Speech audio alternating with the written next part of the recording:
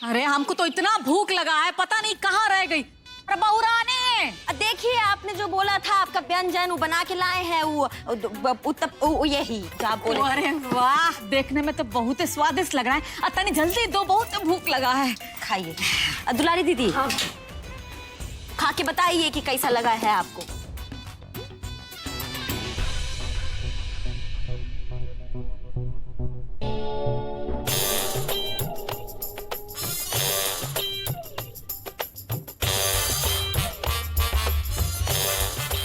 अच्छा लगा?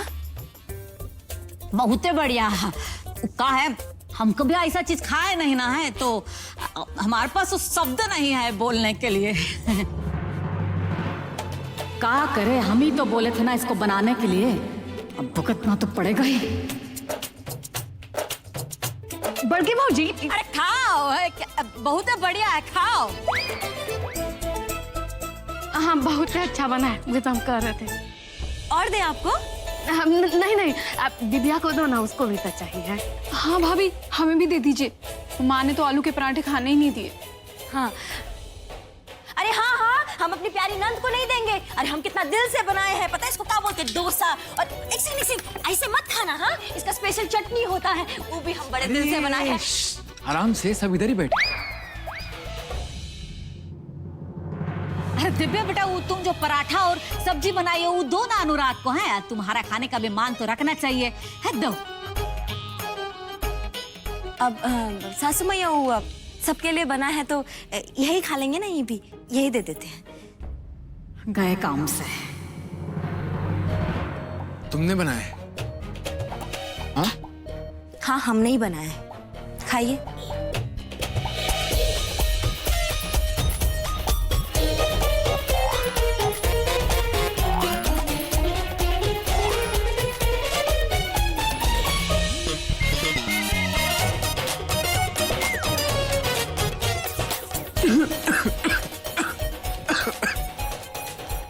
क्या है ये?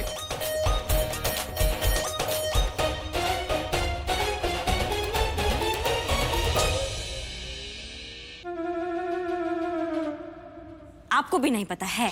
इस साउथ का व्यंजन है, इसे वो कहते हैं, वो रवा डोसा। रवा dosa? Are you like out of your head? ये उत्तपम है, उत्तपम। खाया है जो बनाओगी? ऐसा लगता है आटे में नमक और मिर्ची सब मिक्स करके दे दिया। मुझे नहीं खाना ये, प्लीज। अनुराग जी, आप बिना खाए साइड पर मत जाइए। हमने एक्स्ट्रा बनाया है, अगर आप इसमें से लेना चाहते हैं तो ले सकते हैं।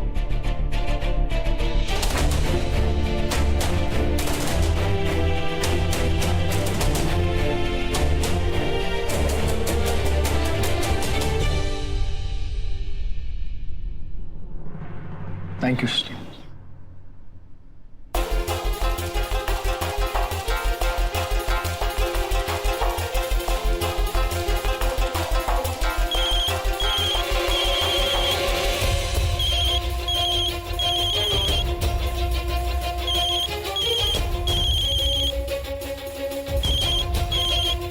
दिव्या, नहीं भाभी, हम पराठा खा लेंगे, आप खा लीजिए। अरे बेटा, पराठा और सब्जी भी है, हैं? कोई जरूरत नहीं माँ, ये ज्यादा बेटर है। पता नहीं क्या जादू करके रखी है। माँ, लो।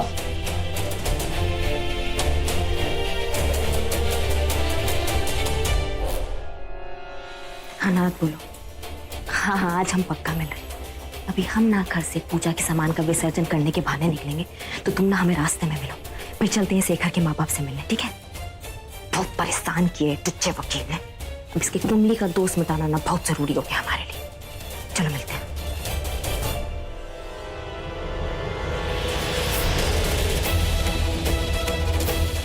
ये रागिनी शेखर के पीछे हाथ धोकर क्यों पड़ी है? आखिर इसकी शेखर से क्या दुश्मनी है? इसके दुश्मन तो हम हैं। अलख निरंजन, अलख निरंजन, अलख निरंजन, अलख निरंजन, आलोक निरंजन। शेखर बाबू का काम तो आज करना है। सबका डरा हुआ चेहरा जब शेखर बाबू देखेंगे तो खुश हो जाएंगे। अरे अरे बाबा जी, अब प्रणाम है। अरे दुल्हनिया, ये देखो कौन आया है। अरे अभी कल ही तो हमने शांति पाठ करवाया और आज आप आ गए हैं। हाँ, ये देखो बाबा जी आए हैं। अरे तुम आशीर्वाद लो, हम अबे आते हैं। प्रणाम पंडित जी। घर में शांति पाठ हुआ है, आशीर्वाद दीजिए कि शांति रहे है। इसके बाद हमको भी आशीर्वाद दीजिए। कहा है कि शादी के बाद हमारे पति है ना, वो बाहर चले गए थे तब आए नहीं। अरे संतराम, तुम्हें क्या हो गया संतराम? ये चोट कैसे लग गई? अनुराग बाबू, ये लीजिए अपना फाइल, माफ कीजिएगा, हम आपके साथ काम नहीं कर पाएंगे। काम नहीं करना? लेकिन क्यों काम नहीं करना? आपके साइड पर ठेकेदारी करने का इनाम मिला है और न जाने आपके कौन सा दुश्मन हमारे घर के सामने आया, हमको इतना मारा कि कलेजा मुंह में आ गया। और उन्होंने धमकी भी दिया है कि अगर आपके साथ काम करेंगे तो जान से मार देंगे हमें नहीं करना आपके साथ काम। अरे ठेकेदार बाबू, काहे काम नहीं कीजिएगा? बताइए कौन मारा आपको? कुछ नाम पता है उसका? एक बात समझ लीजिए, हमारा अनुराग का काम में कौन अड़ंगा डालेगा ना, जान से मार देंगे साले को। रिजभान जी, वो अपना मुंह गमछा से ढके हुए थे, ठीक से चेहरा नहीं देख पाए हम। अरे गमछा हम निकलवाएंगे, पता कर लेंगे ससुर कौन थे वो लोग। अरे एक बात समझ लीजिए, आपको कहीं नहीं जाना है, अनुराग की साइड पे काम करना है आपको, समझे ना? बाकी जब मिलेंगे ना तो पल भर मारेंगे, जितना तुमको मारा है ना उसका दुगना मारेंगे सालों को। ब्रिजभान जी, आपको जो करना है कीजिए, मगर हमको पकड़ दीजिए, हम बाल बच्चे वाले आदमी हैं। काहे डर रहे हो भाई? अरे अनुराग, ये इसको क्या हुआ है? देखिए सासू मैया, हमारे मुंशी पे भी अटैक कर दिए ये दुश्मन लोग।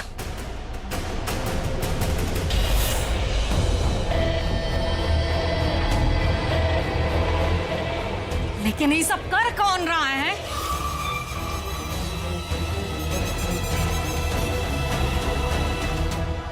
उन्होंने आपसे क्या कहा? बताया तो, अनुराग बाबू की साइड पर काम करने के लिए उन्होंने मना किया है। अब हम करें तो क्या करें? देखो संतरा, तुम्हारी सिक्योरिटी की जिम्मेदारी मेरी है, तुम्हें डरने की कोई जरूरत नहीं है। और ये सब काम वाम होता रहेगा, पहले जाओ अपना थोड़ा इलाज करा लो और थोड़ी ड्रेसिंग वगैरह करा लो, मैं तुम्हें पैसे देता हूँ इसी। अरे अनुराग, अरे डॉक्टर को बता देंगे भाई, कर देगा इलाज, टेंशन काहे ले रहे हो? चलो। अरे का यार औरत की तरह रो रहे हो? अब आपको यकीन हो गया मिस्टर जी कि इसमें हमारा या हमारा फैमिली का कोनो भूमिका नहीं है? इतनी क्या भूमिका नहीं? मुझे पूरा यकीन है कि ये तुम्हारी कोई दुश्मन होगा और कुछ नहीं। अरे ऐसे कैसे? कोनो सबूत है क्या हाँ आपके तो पास? और कौन करेगा ये सब?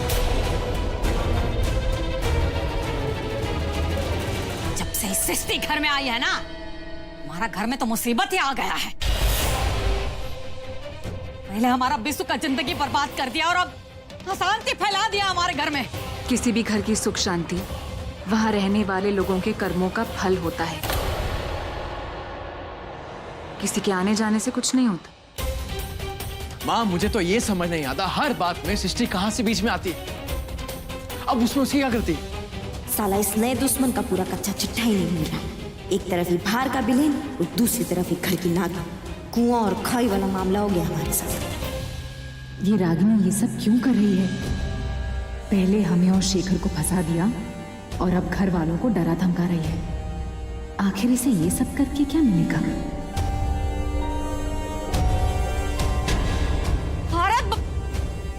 अरे इस सब मुसीबत में बाबा जी को तो सीधा देना ही भूल गए। क्या करे?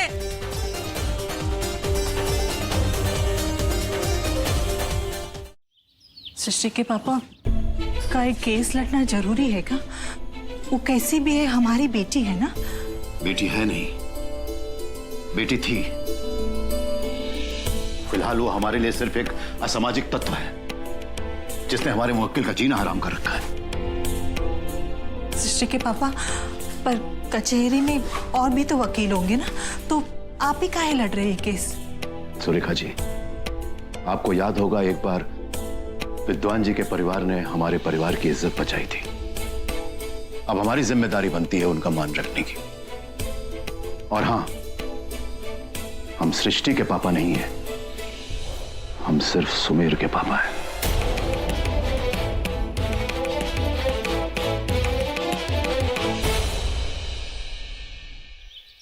तो कैसे कहे रागिनी बहुरानी से कि बिल्कुल बेस्वाद खाना था। बुआ को करम का खाना नहीं था, हम तो भरपेट खाबो नहीं किए। खुदे बना लेती ना। तुम सासू मैया, हम पूजा के सामान का ना विसर्जन कर आ रहे हैं अभी। अरे लेकिन बहुरानी हमारा बात सुनो।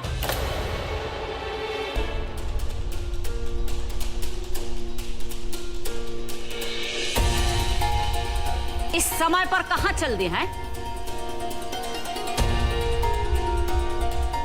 ना यार से मिलने जा रही हो का?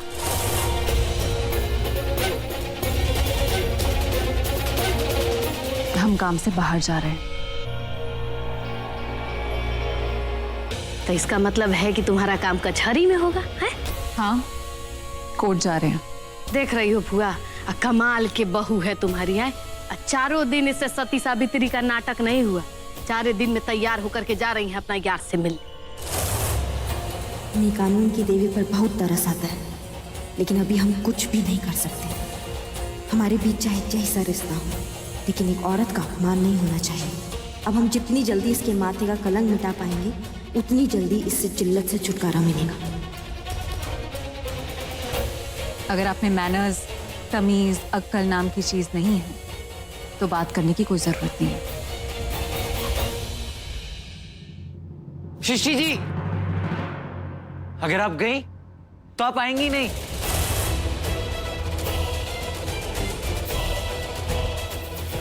आपने अपने स्वार्थ के लिए इनकी मासूमियत भी छीन ली। हमें समझ नहीं आता क्या मिलता है आपको ये सब करके।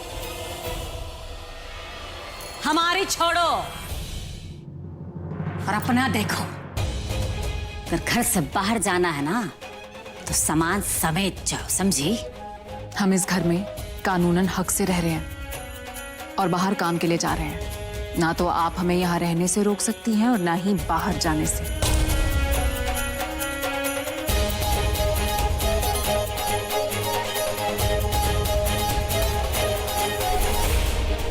सृष्टि जी, हम आपको वापस नहीं आने देंगे, नहीं आने देंगे, नहीं आने देंगे। अरे जाने दो बेटा उसको। कहावत है ना, जब चींटी का पर निकल आता है तो उसका अंतिम समय जो है वो नजदीक आ जाता है। ये अपना कानूनन हक से इस घर में रह रही है ना, वह कानून ना इसको इस घर में से निकलने पर मजबूर कर देगा, देखना। सास में हम भी निकलते। अरे बहुरानी रुको, कहीं जाने का कोनो जरूरत नहीं है। दादी अम्मा बोली है काम से जाने के लिए, नहीं तो हम तो घर पे ही थे। आते हैं ना भी। तो विसर्जन का कोनो मुहूर्त नहीं होता है, तुम बाद में भी जा सकती हो। अरे हमने किसी को बुलाया है, हमको तुम्हारा जरूरत पड़ेगा। घर पे कौन आ रहा है? बहुत अच्छा खुशखबरी आ रहा है। अब नारद से कैसे मिलने जाए? तुम रहो यहाँ, तुम खुद ही देख ले। पता नहीं सासू मैया अब कौन सा तीर चलाने वाली है।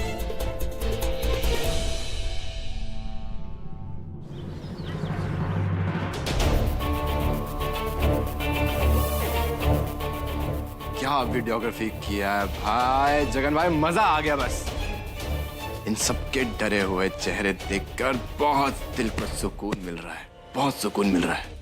शेखर बाबू, आपका हुक्म पूरा करने के लिए हम पापी होके साधु बन के गए उसके दरवाजे पर। कॉमेडी हाँ?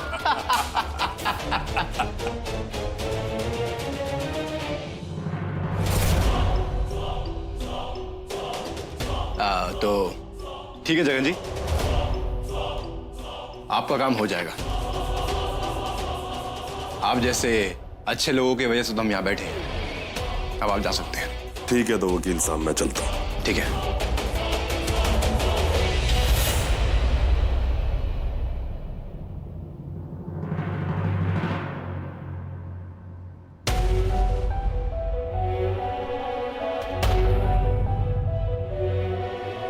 कौन है वो जगन? और तुम लोग इतना जोर से हंस क्यों रहे थे? हम हंस रहे थे? अरे नहीं, ये जगन जी तो हमारे गांव के हैं, तो बस एक ऐसा ही किस्सा सुना रहे थे कोई। अच्छा तुम ये सब छोड़ो, पहले यहाँ पे आके आराम से बैठो। मुझे यकीन होने दो कि तुम ऑफिस आ गई हो।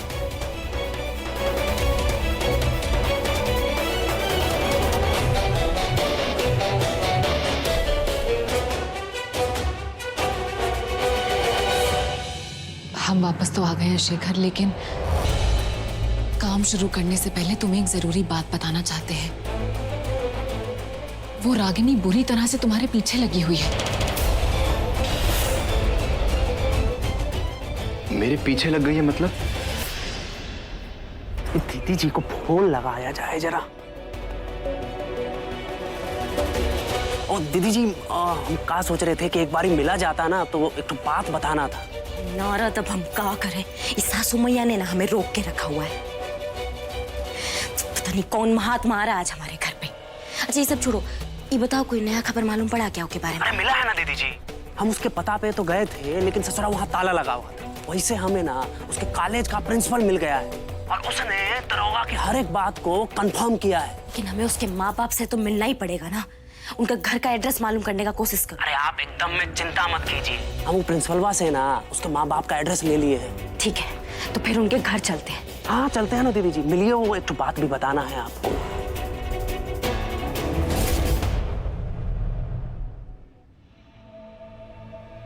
पर वो मेरे घर पर क्यों आना चाहती है? ये बात तो हमारे समझ में भी नहीं आ रही, बट प्लीज बी अलर्ट। हम रागिनी को अच्छी तरह से जानते हैं, वो किसी भी हद तक जा सकती है। Thank you Srishti for thinking about me. अब जब तुम मेरे साथ हो तो मुझे किसी बात का डर नहीं। बट आई थिंक सृष्टि, तुम्हें भी थोड़ा अलर्ट रहने की जरूरत है। तुम्हारे घर पर जो ये हमला हुआ है, कोई आइडिया है कौन करवा रहा है? हमें लगता है इसके पीछे भी रागिनी का ही हाथ है। मुझे रागिनी को हर हाल में अपने घर तक पहुंचने से रोकना होगा।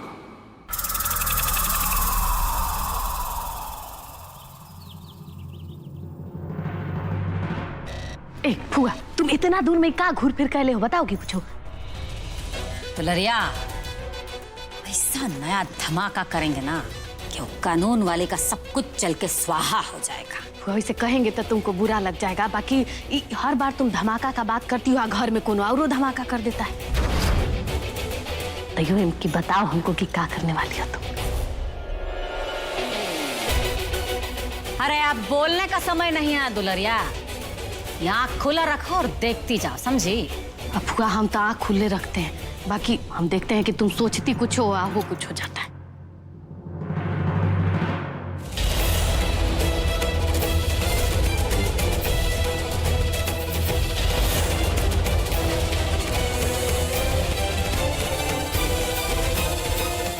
अरे वकील साहब आइए आइए, नमस्ते।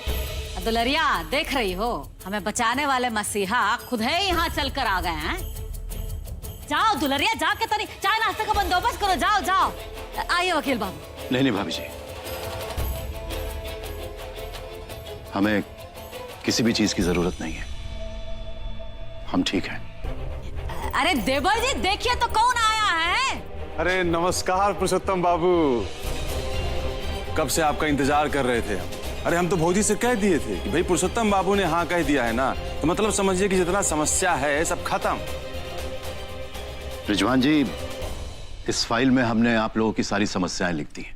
अब इन कागजात पे हमें इस परिवार के 4 सदस्यों के दस्तखत चाहिए। उसके बाद हम ये याचिका कोर्ट में दाखिल कर देंगे। हाँ तो इसमें कौन सा बड़ा बात है? अब एक दस्तखत हम कर देंगे, एक देवर जी कर देंगे। तो बिसु कहाँ हो, जल्दी आओ। आई देखिए, ये है रागिनी बहुरानी और ये बिसु भी आ गया। नमस्ते बेटा। नमस्ते अंकल।